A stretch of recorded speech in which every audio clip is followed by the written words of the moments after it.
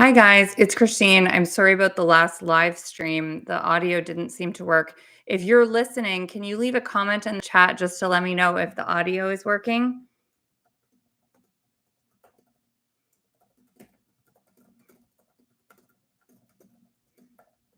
Okay, great. I'm sorry about last time. Sometimes I have these technical problems with my microphone. So, I want to thank everyone so much for tuning in tonight for this live stream recap of what happened today in the Federal Court of Appeal.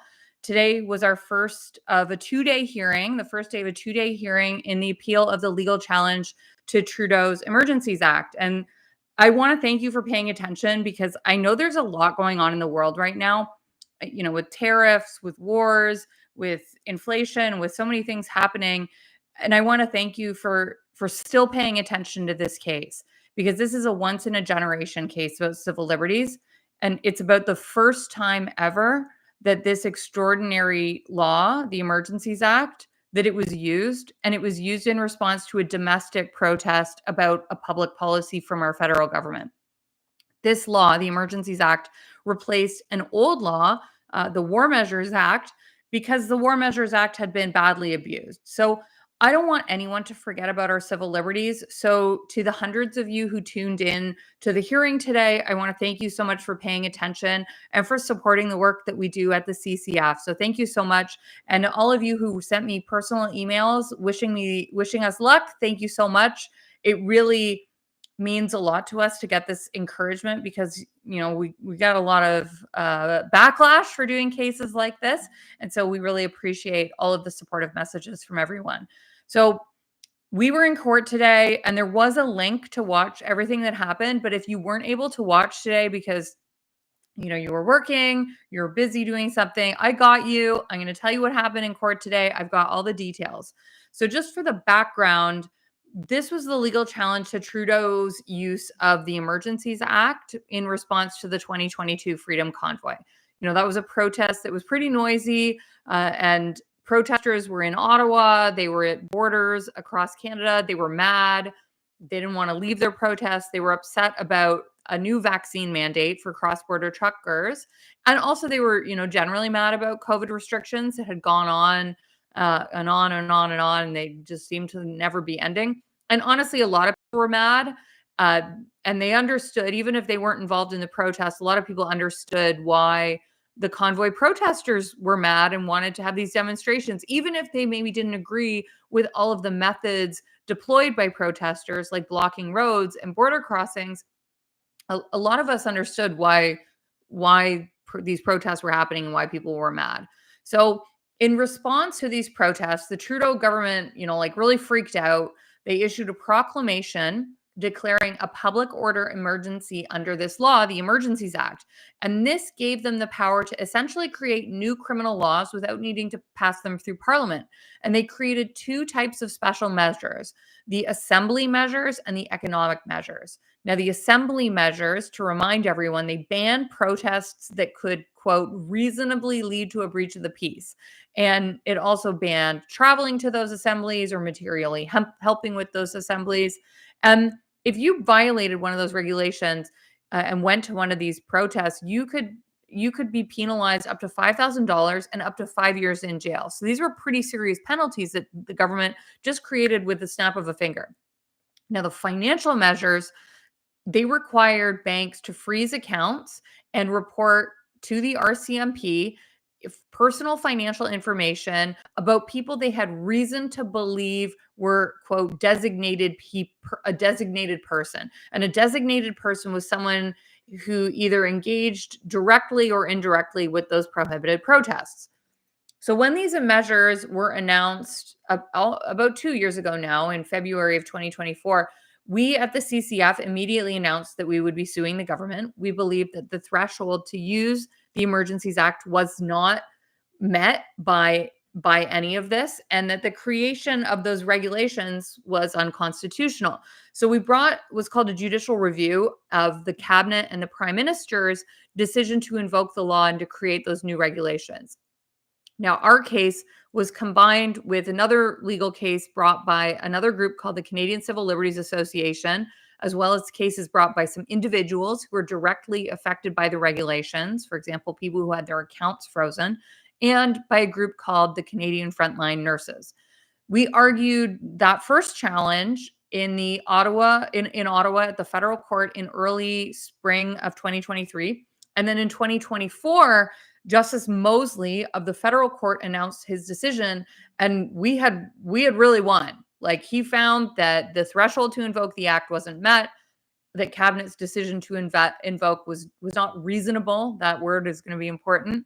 And that the regulations were unconstitutional and unjustified violations of the right to free expression as it relates to protests, and the violation of the right to be free from an unreasonable search and seizure as it relates to the economic measures. And Justice Mosley at the lower court, at federal court, said that there was no violation of the right to peaceful assembly, which was that's Section 2C of the Charter. We think that was a mistake, though. So in this appeal, we cross-appealed on that 2C argument. So within a few minutes, I think it was 17 minutes of Justice Mosley's decision coming out, a decision that was over 200 pages with all the annexes. I guess the Trudeau government is fast readers, because within 17 minutes, they announced that they would be appealing. And it actually was not even the justice minister who announced that. It was Chrystia Freeland who announced that they would be appealing. And so that appeal was today, and our cross appeal on freedom of assembly was today. And it was in the Federal Court of Appeal in downtown Toronto. We were in front of a 3-judge panel. The judges were Chief Justice de Montigny, Justice Laskin, and Justice McTavish. Now, I'm going to get pretty into the details here, because I know a lot of people were not able to watch. They really want to know what happened today. So I'm going to explain what everyone argued, including the government. I took a lot of notes, but just so we're clear, none of this is verbatim. Despite my detailed notes, I could have made mistakes. So these aren't direct quotes, but I will try to fairly describe everyone's arguments. And of course, I will tell you what I think of those arguments. Now, because the government was the one who brought this appeal, because they lost, they went first today. Now, these were actually new government lawyers. These were different from the lawyers who argued the last appeal. I guess because the government, they were mad at their old lawyers who worked in the Attorney General's office, because they lost really badly, even though they spent nearly $2.3 million on that case at the federal court. They lost really badly. So this time they hired new private sector, very expensive lawyers from a firm in Vancouver. I won't tell you the name, but trust me, they do not come cheap, and you, the taxpayer, are paying for them. So these new lawyers split their argument. The first one made an argument about what we call administrative law and the standard of review. And then the second lawyer made an argument about the charter. Now, these terms, I'll explain what they mean: administrative law, standard of review. There's a lot of time spent on this today. Some people think that this is not always the most exciting area of law. I'm going to try and break it down for you so you can understand. And so if you want to follow along tomorrow, you might get a better sense of what happened. And this might also inform when you read through. I posted everything that happened today on Twitter. If you read through those posts, this will give you a really good sense of what was actually being argued, like the core of what was happening. So when decisions are made by governments or people acting on behalf of government, these are called administrative decisions. And this case dealt with a decision to invoke the Emergencies Act that was made by cabinet, or more specifically, what is called the Governor and Council, which is cabinet. It's the same people, and the case law from the Supreme Court since the 1980s has confirmed it's essentially the same thing. But anyway, the decision by cabinet or the GIC to invoke the Emergencies Act is what's called an administrative decision. Now, under the Constitution, courts can review administrative decisions to make sure that they're following the law, and that is a process called judicial review. That's what our challenge was. It was a judicial review, or a JR. But when courts look at administrative decisions, they apply something called the standard of review. That's how they approach analyzing an administrative decision. And there are two different types of standards of review. There is reasonableness and correctness. And that might sound like they're the same, but they are not. Reasonableness is a lot more deferential. an administrative decision maker like cabinet can get away with a lot more under reasonableness. So a situation could have a lot of different reasonable outcomes or reasonable ways of looking at different things, but if the standard is correctness, there's only one correct outcome. So in this case, the standard of review is reasonableness. So cabinet's decision needs to be reasonable. And the leading case on this, on what this means, is a case called Vavilov. And you probably heard, if you were listening today, you would have heard everyone talking about this decision, Vavilov. So in Vavilov, the Supreme Court said that a reasonable decision is based on an internally coherent and rational chain of analysis and is justified in relation to the facts and law that constrain the decision maker.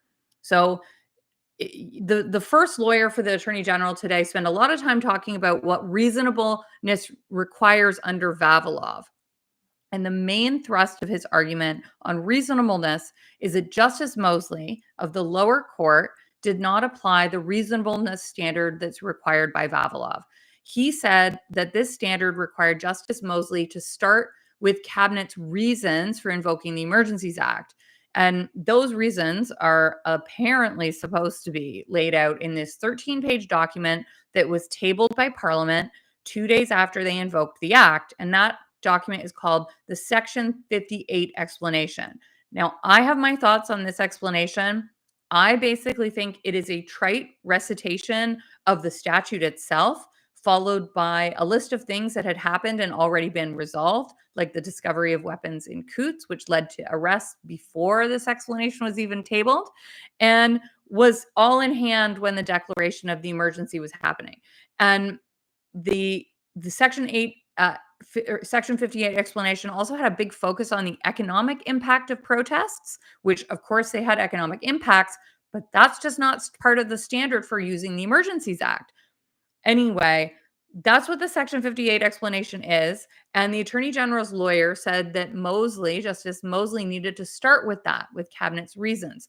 And he said Mosley instead made his own findings of facts and law as if he was, stepping into cabinet's shoes, as if he was the first instance decision maker. And the Attorney General says that Mosley used those findings as a yardstick to measure cabinet's decision against. And he also said that Mosley engaged in hindsight or Monday morning quarterbacking, which is not what reasonableness requires. And he said it's unfair to fault cabinet based on hindsight after the situation is ended. And he said, who outside of a court would suggest that the situation with these protests would have got any better without emergency measures? I mean, I can't believe he said that, because I actually, for the record, I think a lot of people suggested that this was being dealt with, including some of the police officers who were testifying at the Public Order Emergency Commission. Now, look, I understand what's happening. The Attorney General is in a bit of a pickle, because if you go and read Justice Mosley's decision, he cites Vavilov a lot, and he says that he's doing a reasonableness review. He says, I am reviewing this on the standard of reasonableness. So the Attorney General basically has to claim that he's not actually doing that.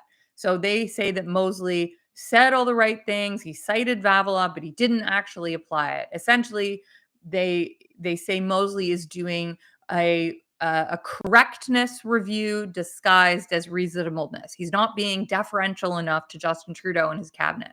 Now, the Attorney General said that, or the lawyer for the Attorney General said that on judicial review, the question for the court is first, whether cabinet's interpretation of the Emergencies Act preconditions is reasonable, and second, whether it was reasonable for cabinet to conclude that it had reasonable grounds to conclude those preconditions are met. So this is actually not just a reasonableness review, it's a double reasonableness review that is even more deferential than normal.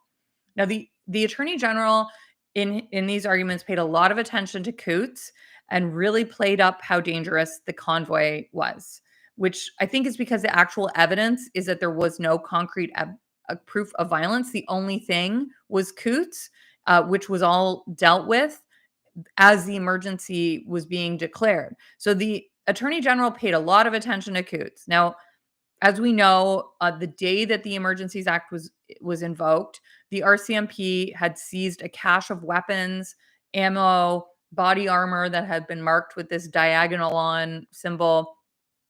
in Coutts, and they charged 4 people with conspiracy to murder RCMP officers, among with other things. And then the Attorney General also described the convoy in pretty dramatic terms. He said that it was an occupation that covered much of Ottawa and included blockades. No, it did, of course, include blockades. He said that he personally was in Ottawa at the time, and he said it was impassable for days. He said there was high decibel noise, whistles, air horns, fireworks, exhaust fumes permeating the air, containers of flammable diesel fuel present. There were reports of harassments and threats and a sense of hostility, and subjecting to people to an air horn for 14 hours a day is inherently hostile. Now, as we know, that was dealt with through an injunction before the invocation of the Emergencies Act. The Attorney General also cited or claimed that there were extremist members in the protest, including Diagolon. Um, he said there are visible symbols of hate like swastikas, the SS symbol, the Confederate flag, yellow stars of David with some writing about vaccines on them. He said there were border blockades popping up across the country. In fact, there were 6 in Coutts, Windsor, Sarnia, Emerson, Fort Erie, and in British Columbia near Surrey. Now, here the Chief Justice interjected with a question. He said that Justice Mosley of the federal court was actually of the view that the situation being described by the Attorney General here in these kind of dramatic terms, that situation was resolved or was being resolved at the time of the proclamation, and that all goes to reasonableness. If it was resolved, why would it be reasonable to invoke the Emergencies Act? And the Attorney General replied that the Coutts cache and the individuals were discovered just before invocation, and no one could have known if other such caches and conspiracies existed. And with the situation across the country, one might more reasonably, he said, believe that there was a possibility or probability of similar caches of weapons and plots in other parts of the country. How many caches of weapons and conspiracies would have been enough? Would we then sit and review 2 years later and say 1 was enough, 2 was enough, 3 was enough? And the Chief Justice replied that the other side, which is us, the CCF, we would say that that is pure speculation, yes, and that it cuts both ways. It shows that normal law enforcement was enough because that's how these caches of weapons were found. They were found and arrested using normal policing powers, not the extraordinary powers of the Emergencies Act. And the Attorney General replied, sure, maybe in Coutts it was enough, but we don't know about these other potential ones. It's speculation to say that no other caches or conspiracies in other parts of Canada that might have existed would have been discovered with normal policing. Now, as it turns out, there actually weren't any, but I digress. He said then that the Ottawa police were not functioning appropriately on February 14th, and there is no reason to think that other plans could have been dealt with using ordinary police powers because ordinary policing in Ottawa couldn't even deal with traffic. So how could they have been able to deal with caches of weapons? Now, one of the other judges here interjected with a question, and she said, but didn't Ottawa ask for more police? They'd asked for actually a police surge to deal with the situation. And if a police surge could be used, why would the Emergencies Act be needed? How would that be reasonable? And the Attorney General replied that the question is actually if Cabinet had discretion to use the Emergencies Act. And he said that by February 14th, the situation in Ottawa was out of control, and maybe a police surge earlier would have made a difference, but it hadn't happened. And by February 14th, the situation was dire. Now, he spent a lot of time, as I said, on this reasonableness standard, arguing that Justice Mosley had done what he calls a de novo review. He acted like he was Cabinet. And he said that Mosley failed to start off with Cabinet's reasons, and he judged with hindsight and the benefit of an expanded record. And he said that if the correct standard of reviews is applied, Cabinet's decision was reasonable because reasonableness focuses on the decision makers, Cabinet's reasons, and isn't a de novo analysis. And the court should refrain from making the decision itself. And a reviewing court must consider the reasons of cabinet with respectful attention and putting reasons first. It's not searching line by line for error after years of cooling off and an expanded record. And as evidence that Justice Mosley was doing this de novo or brand new review or acting like cabinet, like he was the decision maker, he cites, and I'm not kidding, he cites Mosley's table of contents from the decision. He said, looking at the table of contents and the headings that Mosley chose, it's clear that this wasn't a reasonableness review because under one of the headings, substantive issues, there are a series of subheadings that were kind of questions like, was there a national emergency? Was the threshold met? Were there threats of serious violence? And he said, these are only the right questions for cabinet. They're the wrong questions for a judge. And this is just so silly, in my opinion. It is very unfair to Justice Mosley to treat the table of contents as having this type of special meeting instead of actually engaging with the reasons of Justice Mosley's decision. Now, the Attorney General also said that Justice Mosley didn't spend enough time on that Section 58 explanation, that document that I described, the reasoning of cabinet that was tabled with Parliament. And the Attorney General said, Justice Mosley wrote very little about the Section 58 explanation, doesn't summarize cabinet's reasons in it. He just says that the Section 58 explanation constitutes the reason for the proclamation, and then he doesn't engage with how cabinet interpreted the Emergencies Act.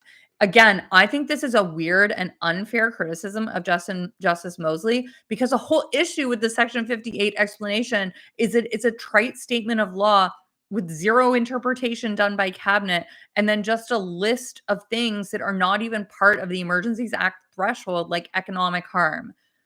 So the Chief Justice then asked the Attorney General, what do you make of the argument that it wasn't reasonable for cabinet to conclude that these preconditions to invoke the act were met when CSIS didn't think there were, when CSIS didn't think there was a threat to the security of Canada, and then the government didn't wait for another threat assessment? Now, this is actually a big part of our argument. I'm really happy that this question got asked because this is a big part of what's in our factum. Now, an important thing to remember that I didn't mention at the description of how this case went is that in order to invoke a public order emergency, there needs to be a threat to the security of Canada that cannot be dealt with under existing law, that exceeds the capacity of a province or existing legal tools. And the definition of threat to the security of Canada has the same meaning in the Emergencies Act as it does in the CSIS Act, which is, kind of like the legislation that governs our intelligence agencies. And CSIS, the director of CSIS, said that there was no threat to the security of Canada. They didn't think there was one before Coutts.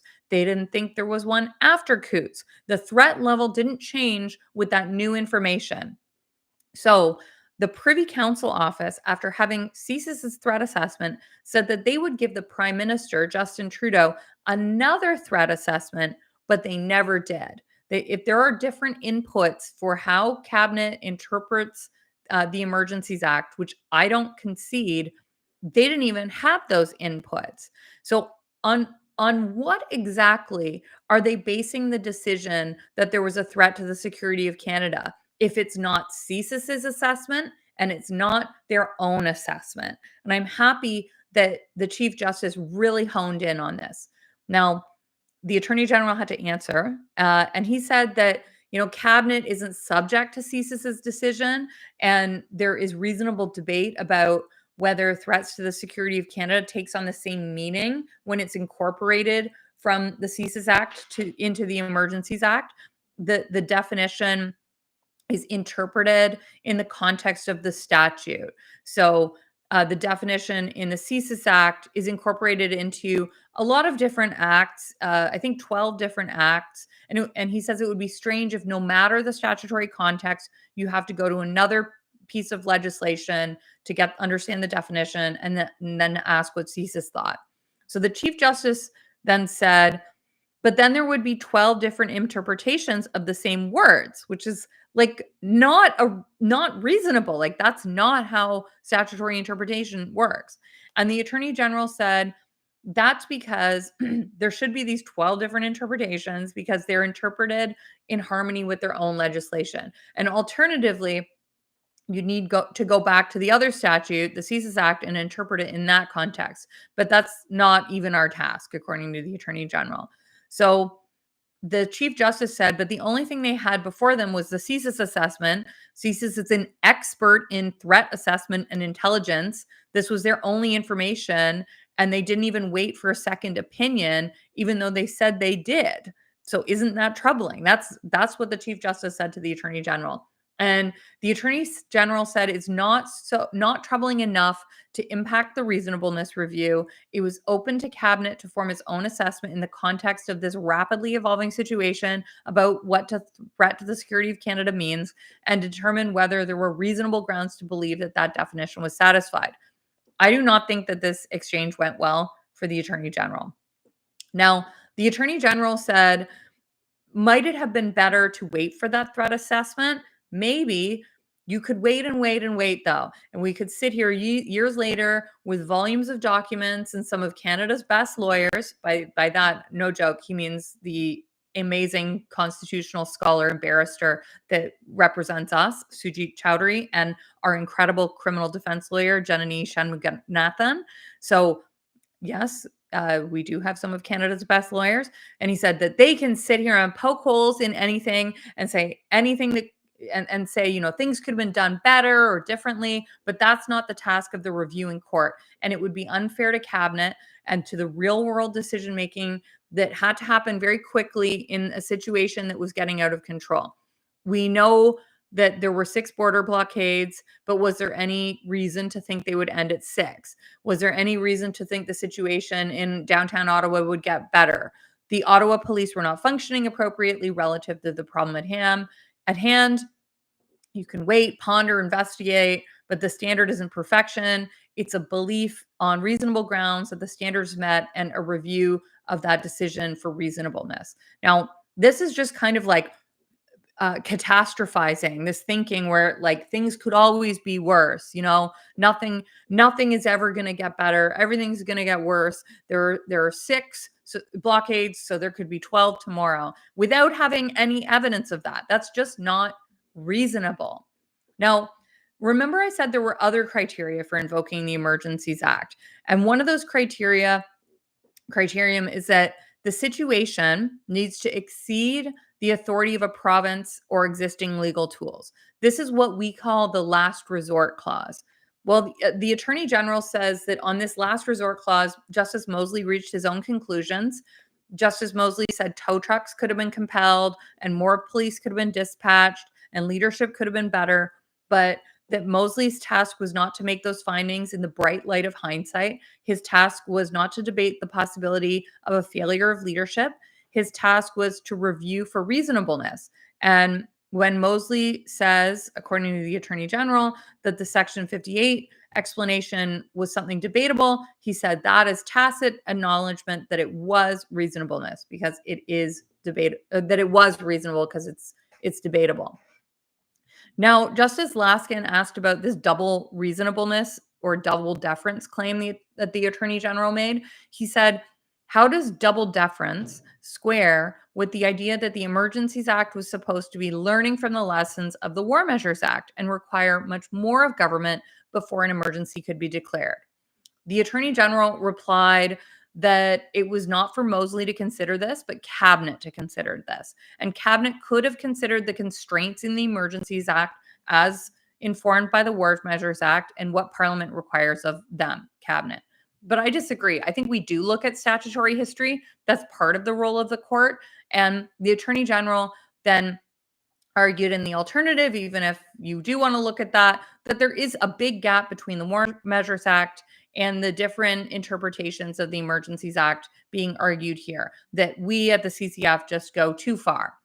Now, the other criteria for invoking the Emergencies Act that I mentioned is about the effectiveness of existing legal tools. So it needs to exceed the authority of a province or the capacity. And the Attorney General said that in the real world context, capacity includes disorganization. That is an absence of capacity. And he said there are 5 passages in the Section 58 explanation that talk about capacity. The explanation talks about the resignation of the Chief of Police of Ottawa, Ontario's emergencies law that doesn't compel the provision of help of tow truck drivers, and they were refusing to help. The current the current federal and provincial economic systems, which are ill-equipped to address the situation without extra measures, that insurance for motor vehicles could only be canceled and suspended for vehicles in that province. So Ontario can't cancel licenses for vehicles from other provinces. And another issue with capacity, he said, was that protesters had refused to comply with injunctions. Now, Justice McTavish interrupted here with a question. The Premier of Alberta at the time, Jason Kenney, he opposed the invocation of the Emergencies Act. He said that Alberta had all the tools they needed, including tools to deal with coups, which was in hand at the time. People were they'd already discovered the cash and they were making the arrests. So she said, surely the province's belief about capacity and existing legal tools to deal with what you're claiming is the most serious situation. Surely Alberta's belief about that they have everything under control, has some bearing. But the Attorney General said, no, Alberta's viewpoint is not a requirement. The only requirement that exists is for the federal government to consult with the provinces before invoking. They don't need to get the province's consent. It's not needed. But in my opinion, it does speak to reasonableness. Why is it reasonable to invoke the law when the province where the allegedly most serious situation exists, when that province says, we got it, we got everything under control? How is that a tool of last resort then? Now, the Attorney General then said, look, this Section 58 explanation, which I've described the ways in which it's lacking, it's sort of just like this trite statement of law and then a list of things unrelated to the threshold. He said it's not drafted the way that a judge or a lawyer would write it. It might have been helpful for the people who wrote it to structure the explanation in accordance with the structure of the Emergencies Act, but they didn't. And there isn't, a form requirement. And this is crazy to me. Like, this document would have been looked at by the Attorney General at the time, David Lametti, who is a law professor before he went and became the Attorney General. And it would have been prepared by the largest legal department in our country, reviewed by cabinet, which is has tremendous resources at its disposal. So the idea that, we shouldn't hold them to such a high standard. It's just cabinet with millions of dollars of resources and thousands of lawyers at their disposal. Like, how could we expect anything better of them? That's crazy. So the next lawyer up was the second lawyer for the Attorney General, and he made arguments about the charter. And look, I don't want to be mean, but to be honest, I didn't think this lawyer was as good. And that's saying something, because charter arguments for me, I just usually find them more fun and more interesting than a reasonableness review argument. So I thought it was a little not the best. But I mean, I guess I prefer that because we are on the other side. So the main thrust of the Attorney General's charter argument was that there was no breach of the right to peaceful assembly, and that the limits on protests were justified, and that bank freezing and information reporting requirements to police, that those didn't constitute searches or seizures, and if they were reasonable. Now, remember, we actually lost at lower court on the Section 2C argument. Justice Mosley found that there was no violation of the right to peaceful assembly because the special measures only stop protests that could, quote, reasonably lead to a breach of the peace. I don't think that was correct. I think Justice Mosley made a mistake there, because the orders would have actually prohibited people from participating in protests, even if they weren't breaching the peace, even if they had no plans to breach the peace, even if they were just silently standing on Parliament Hill with a sign and actually didn't agree with people who were doing things like breaching the peace and blockading. Now, this was sort of our cross appeal. So I'm going to talk now about the 2C argument, the freedom of assembly argument. So the Attorney General argued that the nature of freedom of assembly is that it's a collective, spatial, and performative right. It includes a qualifier, peaceful. We have a right to peaceful assembly. So it does have that internal qualifier. And he said it permits people to gather peacefully. It does not protect protests that might start out as peaceful but degenerate. And he said there's an analogy here to violent expression not being protected by 2B, which is the right to free expression. Like 2C, which has a collective context, violent assemblies are used as a form of physical intimidation and to compel agreement. And 2C doesn't require the government to sit idly by until an assembly turns violent. Now, even though uh, now on freedom of expression, the Attorney General said that the protest restrictions, and remember the 2B freedom of expression violation, were the prohibitions on going to protests that might reasonably lead to a breach of the peace. So on 2B, the Attorney General said that those protest restrictions, they were just time, manner, and place restrictions, and that time, manner, and place restrictions are more readily upheld than blanket prohibitions on expression. And he said it was a place restriction because people could protest outside of restricted areas. And at the Public Order Emergency Commission, the report noted that that there were other areas you could protest. Now, for manner restrictions, the regulations didn't create a blanket ban on protests. It only applied to protests that could reasonably be expected to lead to a breach of the peace. And so this was not a ban on all assemblies, just or even just disruptive ones. There had to be an apprehension of a breach in specified ways. And that tailoring made all the difference, the Attorney General says. Now, for time restrictions, these restrictions were only in place for 9 days. And COVID restrictions, the Attorney General has said, were held to be minimally impairing in cases like Trinity Bible because they were temporary. Once order was reestablished, peaceful protesters could resume protesting on Parliament Hill. Now, the Attorney General then turned to the bank account freezing and information sharing with police. And his main argument here was that these orders were not criminal law. The freezing orders did not put any assets under government control or further a criminal prosecution. They were designed to create a financial incentive to end the protests and so-called occupation. Now, the big mistake with this, in my opinion, is that, of course, the information went to police and there was no restriction on how it could be used. And the protest penalties came with 5 years in jail. So, as our lawyer argues, we are in the world of criminal law here. So, the standards of criminal law apply, and these would have not been, under criminal law standards, reasonable searches. And the Chief Justice did not seem to buy what the AG was selling here. He said, I have some trouble accepting that someone's funds in a bank that he can't use isn't a seizure. For all intents and purposes, it's the same thing as if the government takes it themselves. Why isn't that not a seizure? And the Attorney General said, that's similar to what Justice Mosley said, and it's wrong, and cites a case from the Supreme Court called La Roche. He said that interpretation would constitutionalize property rights, and Section 8 of the Charter aims to protect privacy rights, not property rights. And that the Supreme Court has distinguished criminal and administrative investigations. The regulations here applied to specific people to discourage participation in illegal activities. In that case, La Roche puts that sort of thing outside the ambit of Section 8. And then he said, in the alternative, if you don't buy that, then the seizure is still reasonable.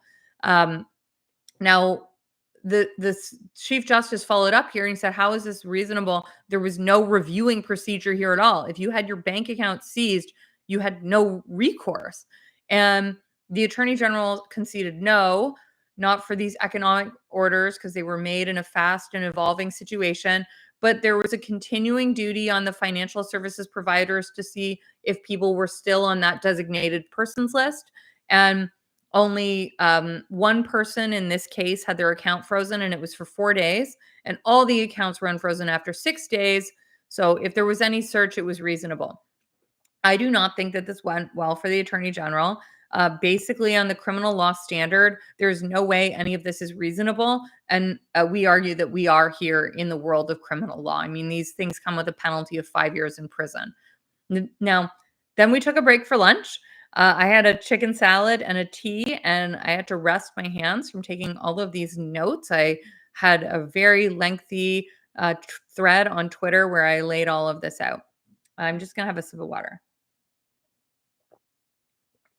So we came back after lunch at 2 p.m. And when we came back, that other group called Frontline Nurses, they made their arguments. Now, the big issue for them is actually standing, whether they can even argue this case. So that's not a super interesting issue. So I'm not going to talk about it. I actually would have loved to have more time for us to make our arguments instead of having spent time on standing for another group. But that's how the time was allocated. So we were up next. We had Sujit Chowdhury and Janani Shanmuganathan. And Sujit is that constitutional barrister that I mentioned. Janani is a criminal defense attorney. And so Sujit argued on the standard to invoke the Emergencies Act, and Janani argued about the charter. So Sujit started with a really forceful argument about the history and context of the Emergencies Act. He said that this case is about February 2022 and October 1970. And in 1970, Cabinet invoked the War Measures Act to deal with the FLQ, which was a violent separatist group from Quebec. And the FLQ used bombings, kidnapping, and murder. And Cabinet concluded that there was an apprehended insurrection, but they acted on this assumption that was never confirmed by the RCMP. And in the end, only 49 people were ultimately charged, and there were just 2 convictions. And look, the FLQ crisis was serious. They murdered someone, but Cabinet did panic and they overreacted. And the Justice Minister at the time, Perrin Beatty, he acknowledged that the crisis was a blot on our country and that the Emergencies Act was created to prevent history from repeating itself. It can't be used just because it's more convenient or more effective for policing. It was drafted this way because Parliament knew Cabinet could panic and overreact again. And that is what happened in 2022 in a situation that was nowhere even remotely close to how bad it was in 1970. Now, the reasons on the Section 58 explanation, Sujit argued that on their face, they're insufficient. There is no question of hindsight regarding the wording in Justice Mosley's reasons. CSIS said there was no threat to the security of Canada, both before and after Coutts. There was no real risk of a violent overthrow of the federal government. This was not Canada's January 6th. Now, here the Chief Justice interjected to say, surely the overthrow of the government is not the only time that the Emergencies Act can be invoked. Okay, good night, baby. I'm in the middle of something. Can you go upstairs? I don't know. Can you go up? I love you. Bye. Sorry, small interruption. So, now the Chief Justice said, surely the overthrow of the government is not the only time the Emergencies Act can be invoked. And Sujit agreed. He said, of course, there's been a portrayal that this is that we were on the brink of something incredibly serious, though. And while this was a policing situation, it was not a threat to the security of Canada or a public order emergency. Just think about how the Attorney General described everything so hysterically. So I think when he was talking about, this wasn't an attempt to violently overthrow the federal government. That's the point he's trying to make. So Sujit then went to tackle head on what the Attorney General said about reasonableness and Vavilov. And Vavilov means the decision maker needs to offer more than its bottom line views and just state a conclusion. It needs to state a sufficient path of reasoning to explain how it got there and engage with the provisions of the statute which we say includes the legislative history. And in fact, that quote about the bottom line view, that is actually from a case that was decided by one of the judges on this panel that we were appearing before, Justice McTavish. So Sujit argued that even though cabinet is not a court, it does have access to experts in public law. There are assertions of privilege throughout this entire case, everywhere on the record. Lawyers were involved in every single stage of this process.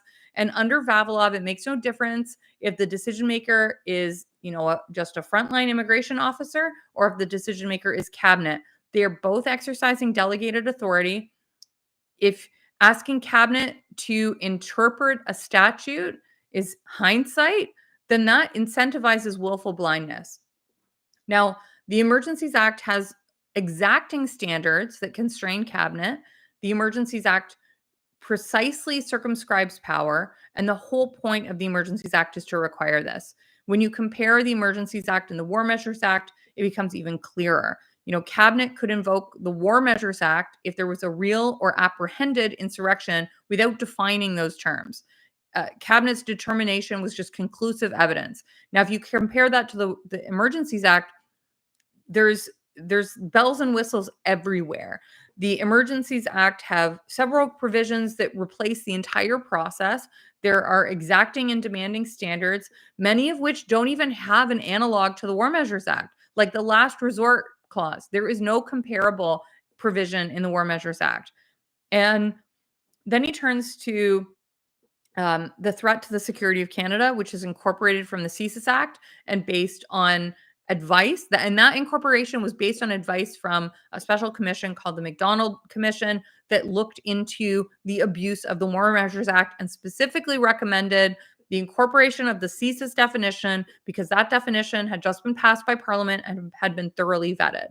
Now, Sujit said, I don't want to give the impression that the Emergencies Act is impossible to use. It isn't. It can be used and it allows cabinet to be nimble to respond to evolving serious situations. It can declare a public order emergency without advance notice, without recalling Parliament, and it can amend the proclamation. The point is that the move from the War Measures Act to the Emergencies Act was this whole paradigm shift that constrains the objective legal that contains objective legal constraints by design, and cabinet had a duty to interpret them, and they did not. Cabinet is also constrained by the facts, and a reasonable decision needs to be based in the facts, and failing to take account of evidence makes it unreasonable. So we know that there was no threat to the security of Canada under the CSIS Act definition. The CSIS Act definition applies. And as the Chief Justice pointed out himself when questioning the Attorney General, there are no fewer than 12 statutes that use that CSIS definition. And it would be absurd and would undermine parliamentary intent to have this untethered and autonomous interpretation of those definitions. Cabinet's conclusion was unreasonable in light of CSIS's assessment that there was no threat to the security of Canada and their failure to get a second threat assessment. As I said, before the seizure of the weapons at Coots, which, the Attorney General has played up a lot, they said there was no threat. They never changed that assessment after they found the weapons. There's an integrated terrorism unit. They never changed their risk assessment. It stayed at medium the entire time. It is possible that other crimes could be committed. Things could always, you can always imagine things that could be worse, but it would be unreasonable to conclude that they would amount to a threat to the security of Canada. That's a specific statutory definition with a specific meaning. And the CSIS director, David Vigneault, said there was no threat. They never changed that view. And CSIS shared those views with cabinet, so there's no hindsight. And if cabinet wanted to do something different, they had this gap in information. They had a duty to go and get more information, like that second threat assessment, and they didn't do it. And it seems like the Privy Council thought that they needed this second assessment in order to meet the reasonableness standard. They ordered the preparation of another threat assessment, but then it was never done before the Emergencies Act was invoked. So the assessment was promised and never provided. Now, the question is, what difference does this make? It means that the clerk of the Privy Council, which is the head bureaucrat in Canada, and the National Security Intelligence Agency, they understood Cabinet was required to have evidence of a threat to the security of Canada to invoke the Emergencies Act, and that they had no such evidence. That's why the clerk and NCIA had promised it. Now, on the other criteria, the last resort clause and the provincial authority clause, Section 3A of the Emergencies Act has two conditions: that the situation exceed the capacity or authority of a province and can't be dealt with under any other law of Canada. And this requires the exhaustion of municipal, provincial, federal policing capacity. It is an act of last resort. And there are a lot of things that could have been done, like the use of municipal police, OPP, RCMP, even police from other provinces. I mean, Gatineau is just on the other side of the river. And the Ottawa police seemed incapable, but the solution isn't to use the act of last resort, but rather to have a surge in police from other cities, the OPP, the RCMP, or Quebec, just across the bridge. Inadequate deployment is not an excuse to use the Emergencies Act. Otherwise, you'd have people saying you can use the Emergencies Act anytime they want just by understaffing resources. The Section 58 explanation, reliance on that is unreasonable. It just gives a bottom line view. It inaccurately characterizes the last resort clause of the Emergencies Act. Effectiveness is not the same thing as capacity and authority. If it was, you could just, not staff anything and use the Emergencies Act anytime you want it. Now, there were also all kinds of criminal code offenses that could have been charged that also speak to existing legal tools. I think we included 30 or so different criminal offenses that could have been charged. That's in our factum. And the Section 58 explanation didn't explain why the Ontario emergency regulations were not sufficient to meet that last resort clause. And in fact, we even know that the head of the RCMP said at the Public Order Emergencies Act Commission that the RCMP had all the tools they needed. Now, next up was our second counsel, Janani Shanmuganathan, on the charter arguments. As I said, she is a criminal defense lawyer, so she knows search and seizure like the back of her hand. She knows a lot about the charter and about freedom of expression and assembly.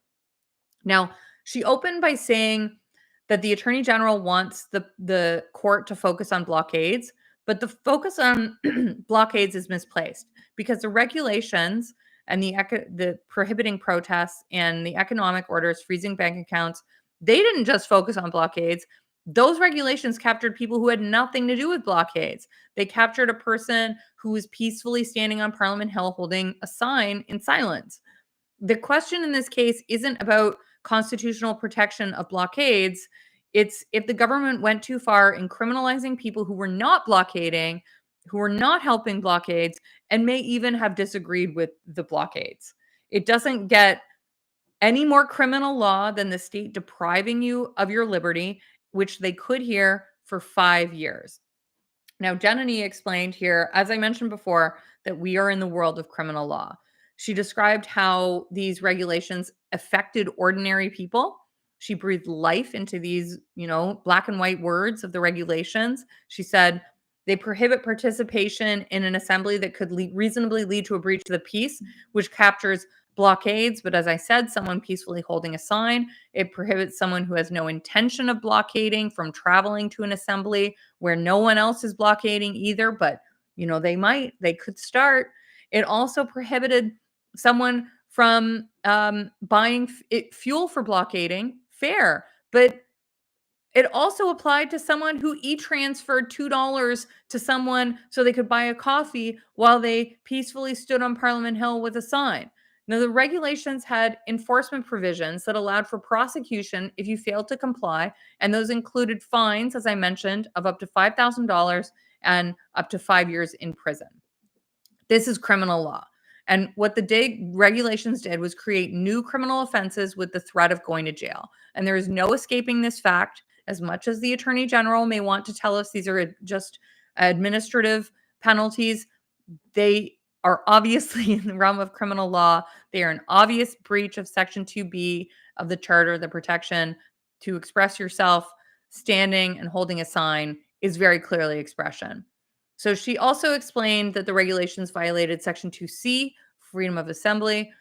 Mosley had ignored that the regulations prohibit assemblies where blockades were not yet happening. If the regulations breach 2B for prohibiting and standing and holding a sign on Parliament Hill, it breached 2C for the exact same reason. If 2B is the freedom to express yourself, 2C is the freedom to express yourself with others. And if they breach 2B here, they breach 2C. Now, turning to Section 8 of the Charter and the Economic Order, the Attorney General had made this argument that you shouldn't approach this as a search that's in the realm of criminal law. But we are in the realm of criminal law. The regulations cannot be read in isolation. They require disclosure of information about designated persons to the RCMP. And designated people are people who could be sent to jail for 5 years. The Attorney General, wants to live in this world where they say they wouldn't use the information for that, but there's nothing in the order that would prohibit them from using it like that. There's no constraining language. What is the RCMP doing with the information? There are no constraints placed on it. And the Attorney General basically has to make this argument that it isn't criminal law, because if it is criminal law, it so obviously fails the standard that it's reasonable. It's not reasonable under the Hunter and Southam standard, which is the seminal case on criminal law searches that requires prior authorization, none here, no warrant, and a neutral third party, none here, and there's no review mechanism. Some searches can be done on a standard less than reasonable and probable grounds, but the court they didn't choose a criminal law standard here. There was no reasonable suspicion. They chose language that they pulled from legislation related to sanctions, and it may be that standard is itself unconstitutional. It's never been judicially considered. In this case, we have the language is reason to believe that the person is a designated person. So what does that even mean? We don't have any idea. It hasn't been judicially considered. We don't even know if it's constitutional. And under the criminal law standard, it doesn't meet the threshold of constitutionality. Now, the regulations could have been done in a way when you have a law that violates the charter, it can sometimes be saved under Section 1 of the charter, which allows for reasonable limits on rights if those limits are demonstrably justified in a free and democratic society. But in order to meet that test, the regulations need to be minimally impairing. They need to impair the right no more than is necessary. And the question is whether there was a range of reasonable alternatives. None of these were reasonable alternatives. There were simple ways that these regulations could have been less impairing. For example, with the protest prohibition, they could have had a zone of protest. They could have said no blockade, but you can protest on the sidewalk. There's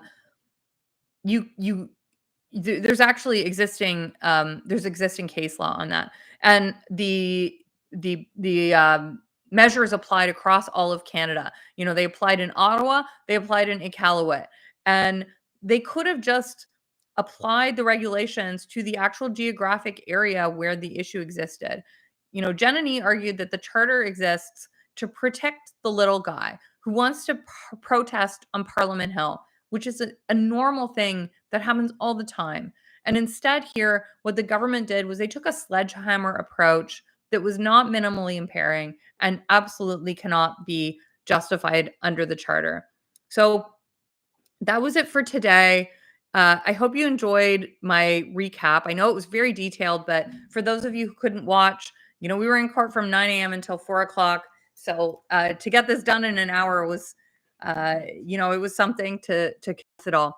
Tomorrow, we're back in court. Tomorrow will be the Canadian Civil Liberties Association. They'll also be addressing reasonableness and the Section 8 search arguments about the freezing of the bank accounts. And then the individuals will also be up tomorrow. Those are some of the people who had their accounts frozen. So I will put the link up again on Twitter, and I'll put it up again on the YouTube channel. So if you want to watch tomorrow on Zoom, you can watch again on Zoom. And I'll also do another recap video tomorrow. So I hope you enjoyed my recap. Sorry for the small interruption from my son. And if you want to support the work that we're doing at the CCF, you can tune in. You can visit our website, theccf.ca/donate. We are getting a reduced fee from our lawyers, but the case is still very expensive to run.